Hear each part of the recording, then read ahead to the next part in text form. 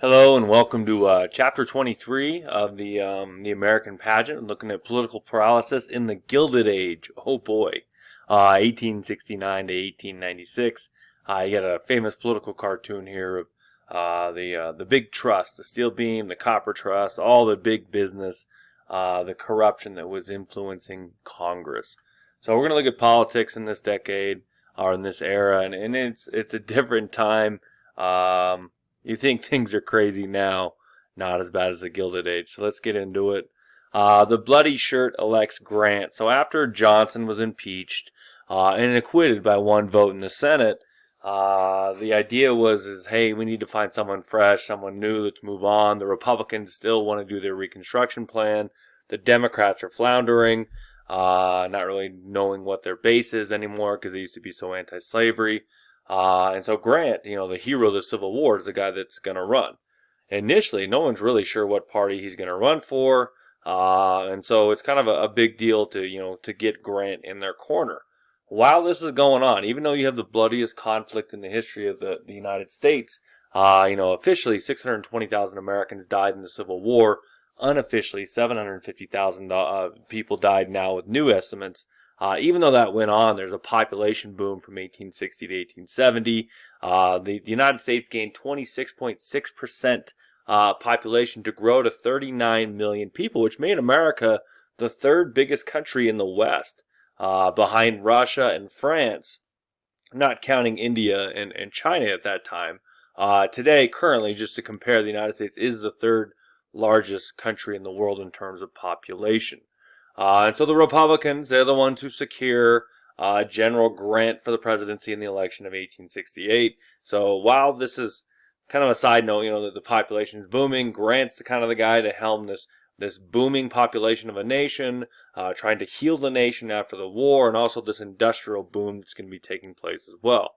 Now, Grant has zero political experience. He was a failure in everything in life except being a general. He had a poor judge of character, as evidenced by his acceptance of numerous post-war gifts, which got him a lot of trouble in terms of helping people out and doing favors. And in the history of the presidency, we've had four presidents who were elected that never had any experience politically before being elected to the highest office in the land. Zachary Taylor, who was elected in 1848. Grant, 1868, Eisenhower elected in 1952, and then President Donald Trump. The first three were generals. Trump was a former reality TV star / real estate mogul. So in the election, the Republican Party was supported continuing Reconstruction in the South.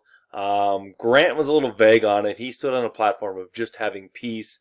Sounds like a hippie in the 60s, but Grant's anything but that.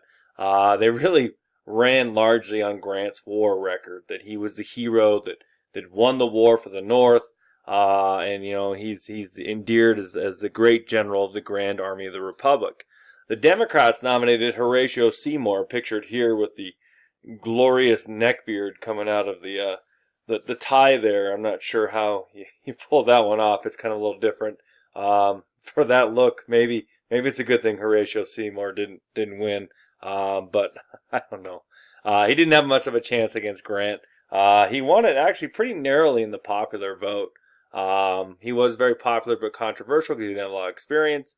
He won by only 300,000 votes in the popular vote, of which there was 500,000 votes coming from freedmen, which were former slaves who now had the right to vote in many of the territories. It wasn't a national thing yet until the 15th Amendment was ratified in 1870, which is under Grant's presidency. So here's the electoral map. You can see the blue is going to Grant. The Electoral College was not as close as the popular vote. The red, a couple southern states, New York and Oregon, some of the Northeast. And then if you're curious, the green, those states were not readmitted to the Union yet. They had not fulfilled the radical Reconstruction, so they're not allowed to come back in. And then the brown, those are territories. Basically their learner's permit become a state eventually. So the era of good stealings. Oh boy, if you like political corruption, if you like people that are absolutely powerful businessmen, robber barons as they're called, who have control over the government, over the people, this is the era for you. Corruption in business and politics was very, very prevalent at the time. The two guys in the picture here, just a little story that kind of encapsulates this era, is Jim Fisk and Jay Gould. And they thought it was pretty neat. They thought it'd be fun to try to bankrupt the U.S. Treasury. And so they had a plot to corner the gold market and bankrupt the United States government, which that's pretty unheard of when you think about the size of our government today. But these businessmen had so much power and wealth back then that they rivaled even the U.S. government. The two men bought and hoarded as much gold as they could, almost like Goldmember from Austin Powers. I love gold. Driving up the price of it because gold became so scarce because they had it all. And so it was very limited, the supply was, and so it drove up the price, which basically forced the hand of the U.S. Treasury to release some of their reserves to try to bring down the price. Now, they were smart, and they knew that was going to happen, and so they they had a little inside information to know when to sell before this all went down. On Black Friday, which, not our Black Friday, they weren't beating each other up for televisions back then, September 24th, 1869, the Treasury was forced to sell gold from its reserves to try to lower the price of gold. And so Grant's brother-in-law was actually bribed by these two men with $25,000, which is a substantial amount of money back then, to persuade the government not to release the gold. So he was on the inside trying to tell them, hey, don't do this, don't do this. And then basically he reported to them like, they're going to release the gold. So these guys sold their gold that they had been hoarding and then they tried to gobble up, basically at an extremely high profit. And so they were tipped off. They sold their gold. Grant doesn't do anything. He's exonerated. He's like, it's not me. It's my brother-in-law. In-laws. Ooh. And so this is one instance of numerous instances in the Grant presidency that things went down around him that were very corrupt and shady, but somehow Grant, he won the Civil War, so, let's give him a free pass, I guess. It does cause an economic downturn. Jay Gould, he's a wild guy if you ever want to get a little more into that, into just wild robber barons from the era. He bankrupted his company. He stole a bunch of money from it. He vanished and then appeared way out west. He used to purposely wreck train cars into his rivals' train lines to try to put them out of business. Just really good, wholesome stuff going on back then. To continue on with this is the era of the political machine. And so the symbolic man or the leader of the political machine that most people think of is the leader of Tammany Hall, which is a machine in New York City named Boss Tweed. They use bribery, they use graft, which is giving political jobs in return for votes, and fraudulent elections to basically milk New York for as much as $200 million. Now, it's not all bad. They helped immigrants find a place to live. They helped them get jobs. They had a lot of services to help out people that when they were injured on the job or if they lost their employment to help out the poor. But largely, they're just basically the rich are getting richer. It's kind of the you scratch my back, I'll scratch yours. And the motto back then was vote early and vote often. So there was a lot of corruption going on. And so the Tweed ring, headed by William Tweed, controlled what's called Tammany Hall. And this machine, and it's not literally a machine, but they would select candidates that they could influence and they could, get to do what they wanted in return for their election. And so they would drum up enough votes, and then once they were in office, they would make sure that the contracts were handed out to friendly donators or people that donated lots of money to whatever cause they wanted. Tweed was eventually put in prison largely because of a cartoon in the New York Times by Thomas Nast, a very famous cartoonist. He actually came up with one of our drawings or images of the modern Santa Claus, him and Coca-Cola. I'm not sure why I'm talking about Santa. Sorry about that. So he published these cartoons that helped bring the Tweed ring down after decades of corruption and stealing money. And here's the infamous cartoon from the New York Times, and it says who stole the money. Do tell, New York Times, and it says 'twas him, which is a play on Tweed, and everyone's pointing, it's not me, it's him, and Tweed's, the big heavyset guy there, and basically they charged New York City tens of millions of dollars more for a courthouse than they were supposed to, and so they finally got to the bottom of it, found out about all this corruption, all this graft, and eventually threw a lot of these people in jail, including Boss Tweed. this is just one sample of a political machine that ran New York City. It went on in most major cities and major states. Kansas City was very corrupt back then. Cleveland, for other reasons, it's known as a mistake by the lake. But it kind of goes on, and this is kind of how things ran. Basically, that these political machines would elect people that they could use as puppets to get the contracts they want, to embezzle money, to basically bribe people to keep their guys in office. So this Carnival of Corruption, favor seekers hounded Grant and his in-laws for jobs. He took a lot of gifts. He wasn't a rich man. He was failing at business when the Civil War started when he was in Illinois, and so he really was hurting for money. He took a lot of gifts, and so people wanted things in return. They also hounded his in-laws for jobs, and so not just Grant, members of the federal government also participated in a lot of illicit and unethical activity, a lot of bad, shady things going on. One instance is the credit mobilier scandal, which erupted in 1872. When there was the whole thing for the Transcontinental Railroad, which was completed in 1869, two corporations, the Union Pacific, moved west from Omaha to build the railroads, and the Central Pacific moved east from California, and they were supposed to meet in the middle. They had this race, and whoever laid the most track got the most money, the most land grants. So Union Pacific, the insiders formed this credit mobilier construction company. And so they hired a separate company to construct bridges and railroads and all that. And so then Union Pacific hires its own company, and then they inflated the prices. So they're not charging the government directly. They're like a subcontractor or a contractor hiring out a subcontractor and all this other stuff. Very complicated. Basically, they charged them way more than they were supposed to. They earned lots and lots of money. And in fact, they had 348% dividends. Meaning, if you invested $1, you made $248 off that $1 investment, which Wall Street would be drooling over dividends like that. And to keep things going, and this is where the scandal erupts, is they paid off members of Congress and the vice president with shares in the company. Basically, hey, here's some free shares. At that time, the railroads, too, congressmen traveled for free. Members of the press traveled on the railroads for free. So then we're going to write anything bad about the railroads. Then we're going to investigate to see if there's any corruption going on, because they didn't want to lose their free pass. Now, that money that was being lost for these free rides was basically, they charged the normal people for extra for shipping their grain, for passenger tickets, you name it. In the investigation of this scandal, they actually get to the bottom of this, because this was pretty bad, charging that much to the government for railroads. Two congressmen were actually formally censured, which is short of, impeachment and removal from office, about the worst thing that can happen in Congress. Another instance is the whiskey ring, which robbed millions from the Treasury. Grant's personal secretary is involved. Grant himself actually went through and testified and helped exonerate him. And once again, one of Grant's confidants, his inner circle, was accused of corruption. Secretary of War William Belknap resigned for taking bribes from suppliers in the Indian reservations. Basically, everybody's got their hand in the honeypot, and they're all trying to make money, and they're all trying to, get a little bit of piece of the pie, and trying to, pad their own wallet, I guess, while they're supposedly serving their country. So, moving on. So, Grant serves his first term, and the Republicans aren't thrilled about it.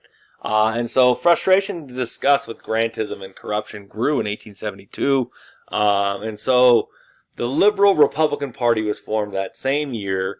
And they nominate, I don't know what's up with the lion haircut, neck beard here going on. They nominate Horace Greeley for their presidential candidate. They basically want to end political corruption in Washington. They also want to end military reconstruction. The South was still being occupied by the Army, by those 10 remaining states were divided up into 5 military districts. And so they nominate Horace Greeley for president. He's a very outspoken editor. He's famous for saying, "Go west, young man," that basically the future of America was out west. There's a city in Colorado where I'm from named after him. Greeley. It was supposed to be a utopian society that failed miserably, but not miserably, but it didn't do too well. The Democrats, not really knowing what to do, decided to also choose Greeley as their candidate, even though in his papers he denounced them. And they just thought, hey, this guy's got something going for him. He kind of looks like an old lion, so maybe he's related to Mufasa. I'm not sure. And so he runs for multiple parties. He's the editor of the New York Tribune. He was pretty unsound with his judgments and his emotions. He's not really stable. And so it's just a mess. The Democrats are actually divided horribly. They have 4 different candidates they're supporting. Greeley's running for the Democrats. He's running for the Liberal Republican Party. Grant's just running on his war record once again. And so it was a mudslinging campaign. They're really kind of denouncing each other, putting each other down. Some nasty stuff going on, especially with Greeley having his power with the New York Tribune, having his own newspaper. The Democrats are split, and because of that, Grant wins fairly easily. Probably a good thing that Greeley didn't win. Shortly after the election, he died November 28th, 1872, which that's never happened in American history. If he would have won, the president-elect dying would have been a little bit of a constitutional crisis. The Republican Congress, moving on a little bit, passed a General Amnesty Act in 1872, which removed political restriction from most of the former Confederate leaders, allowing the Democrats to take back a little bit of power in the South. Congress also reduced the high Civil War tariffs and gave mild civil service reform to the Grant administration. Not really what they really needed for, ending graft and, giving jobs to your buddies. Look at the painting here. His running mate was Henry Wilson there at the time. This is a bizarre political cartoon. This is called "Can Greeley and the Dems Swallow Each Other?" Kind of shocking. You have Tammany Hall and the KKK involved, and not sure what's going on. This was the New York Times, and so this was a competitor of the New York Tribune. William Tecumseh Sherman wrote his brother in Paris at the time, he was an ambassador, that, Grant, this election was strange because Grant's not really a Republican, but he's running for the Republicans, and Greeley's not really a Democrat, but he's running for the Democrats, and it's just all a mess, and you got this really disturbing political cartoon going on. Here's the electoral map, which, I don't know, looks very odd with all the different colors and shades of green. It's like springtime, yay. But you see a lot of blue. Grant does very well, and you have Hendricks and Brown and Greeley and Jenkins and Davis, and yeah, let's just throw in some more. It's kind of like, before the primary settle who's running for each office, they didn't really settle it for the Democrats. So depression, deflation, and inflation. Boy, man, just make you feel good about yourself, huh? Over-speculation was the primary cause of the Panic of 1873. The 19th century is marked by every 20 years or so a really severe economic downturn. It's the boom and bust cycle of the economy of capitalism, and it seemed like every 20 years it just got worse and worse and worse. And so 1873 is really bad. Banks were giving out way too many loans. Profits were too low. People stopped paying back their loans, and so then banks default. Businesses don't have their loans from the banks defaulting, and then businesses go under, and then people lose their jobs, and it just causes really, really big problems.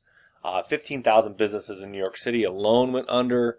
The Freedman Savings and Trust Company lost $7 million in deposits.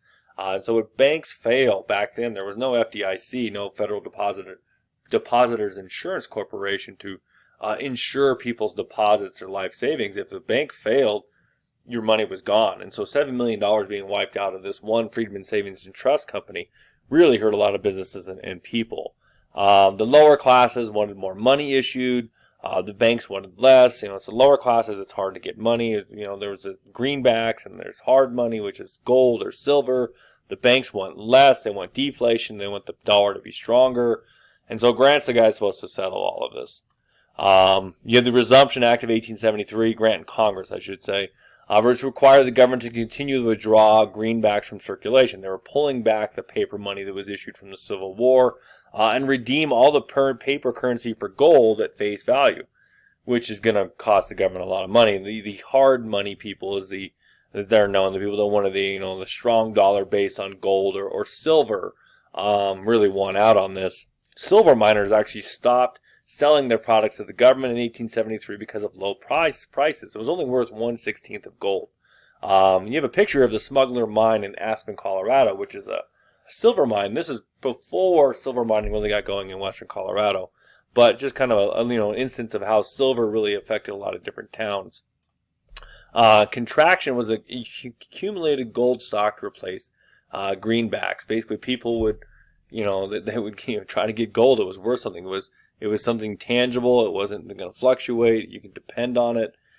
This policy increased the value of the greenback, and the Republican hard money policy helped elect Democrats to the House of Representatives in 1874. And so you're kind of getting a swing, a change in politics at this time. So last thing for today, for this video, is the Pallid politics of the Gilded Age. Just a nice alliteration right there. Throughout most of this era, party politics in the government basically was pretty even. It was very balanced out. There's very few significant issues that separate the Democrats and the Republicans besides, hard money, silver, free silver, gold, there's things like that. In fact, every presidential election between 1869, which is the election of Grant, all the way through 1891 is very close. The House of Representatives changed its hands 6 different times, and voter turnout was extremely high. The voters were very loyal to their own party. Voters turned out at an 80% rate, which an 80% voter turnout today would be unheard of. It'd be unbelievable at this time. Get out and vote, people. Come on, we got to get our numbers up. So Republican voters tended to be strict. They stressed strict codes of personal morality. They believed that you should be a good person and we should adhere to almost the rule of law or the rule of God in terms of morality. They believed the government should play a role in regulating the economic and moral affairs of society. Their lineage goes back to the Puritanism, those very strict, very prude people that were very hardworking. They were located predominantly in the Midwest and the Northeast. Many Republicans their votes came from the Grand Army of the Republic. The veterans of the Civil War, the Grand Army of the Republic, or the GAR, supported the GOP, the Grand Old Party. And so that's where we get the nickname, the GOP, of the Grand Old Party, the Republicans today. Here's a picture of the boys in blue for president, and they're marching, and then the Grand Army of the Republic voted heavily Republican. The Democrats were really immigrant Lutherans and Roman Catholics who believed in toleration and differences in an imperfect world. They also opposed the government imposing a single moral standard on the entire society. They liked the differences. They liked the melting pot of the United States. They liked, the diversity of our nation. It was what made America great in their minds. Democrats were found mainly in the South, not really because of these issues, but because they were just so anti-Republican. It takes until about the early 1990s for them to figure out that their policies were very conservative and they should be Republicans, but they were just Democrats by name back then. And then also industrial cities, which were heavily in terms of large immigrant populations. Both parties supported patronage, which is the principle of giving out jobs and favors to those that helped you. Going back to the political machines, you scratch my back, I scratch yours. You help me get elected. Want to be Secretary of State? It doesn't matter if you don't know anything about it. It's a spoiled system. Andrew Jackson started it. We can blame him. The Republican stalwarts were led by Roscoe Conkling. They were all for this. Stalwarts were the guys that basically handed out jobs to anyone who was loyal, regardless if they were qualified. Who cares if they know what they're doing? Just they were good people and they helped us out. And then you have the half-breeds in the Republican Party, led by James Blaine, who opposed jobs for votes. And this issue really kind of comes to be around 1880, and we'll kind of come to that later in this chapter in another video with the election of James Garfield. So hope you enjoyed this. We'll be moving on to the next section of this. If you have any questions, just leave them in the comments. Otherwise, keep reading and keep studying history.